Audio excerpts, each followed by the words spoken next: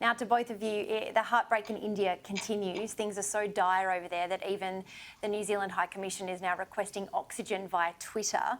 How do you think, Catherine, that Australia should respond appropriately to this crisis?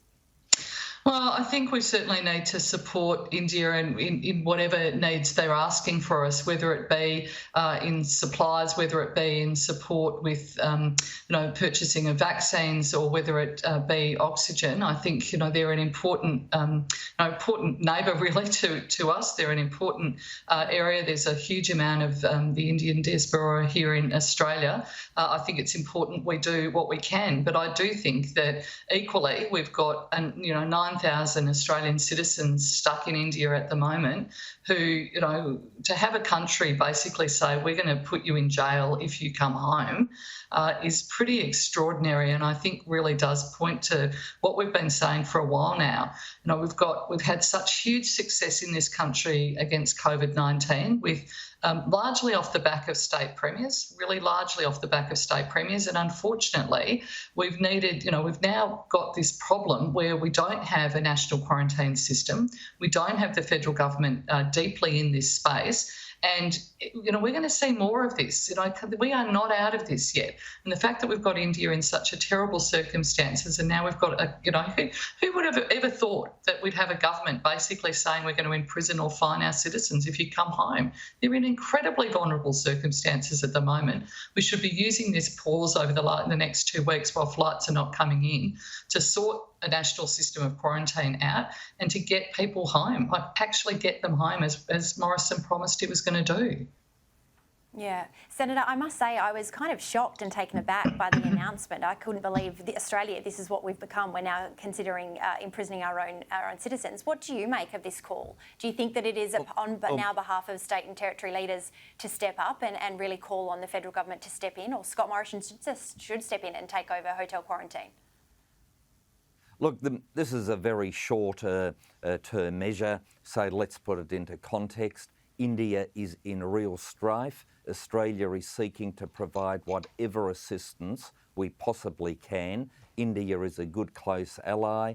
Those bonds have been strengthened in recent times through the quadrilateral arrangements, or the Quad, so very close relationship. For a short period of time of about 2 weeks, we are saying to people that are in India, you cannot return home given the circumstances India is facing, and in circumstances where if you seek to re-enter or come home without permission from the Australian government, there will be consequences for only one reason: we are trying to keep everybody safe. And I would have thought the Labor Party might have been gracious enough to acknowledge that that is the motivation behind the policy.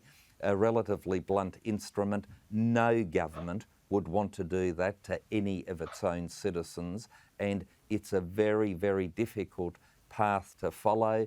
It must be exceptionally difficult for the ministers making these decisions, but they're doing it on one basis, and that is the health advice. And you could imagine the consequences if we didn't follow the health advice and then there was an outbreak. Catherine King and her colleagues would be onto us like a ton of bricks. And so it's one of these situations that no matter which way the government moves, the opposition cannot find itself to be gracious enough to acknowledge that it's acting with the right motives for the purposes of protecting our nation.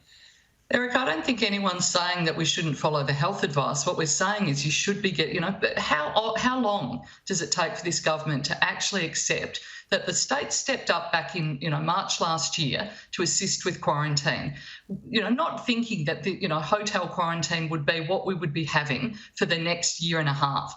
Now, Morrison has deliberately avoided responsibility for quarantine because he knows how difficult it is and he doesn't want to pay for it. Now, that is the problem here, and we now have a mess. We've got a mess where we can't get our citizens home. We've got a mess where we haven't got a proper national quarantine system, and we've got a mess with our vaccine system. Now, it's incumbent on the opposition to actually call these things out. And that's what you have done. And that is why we're going to see we've got 9,000 Australian citizens now stuck overseas in vulnerable circumstances, and you will not work out a plan to get them home. That's what's happened. Catherine, we are such a mess that we are the safest place in the world. Now, really, and you're jeopardising that now because you have not got this in, because you are now jeopardising it.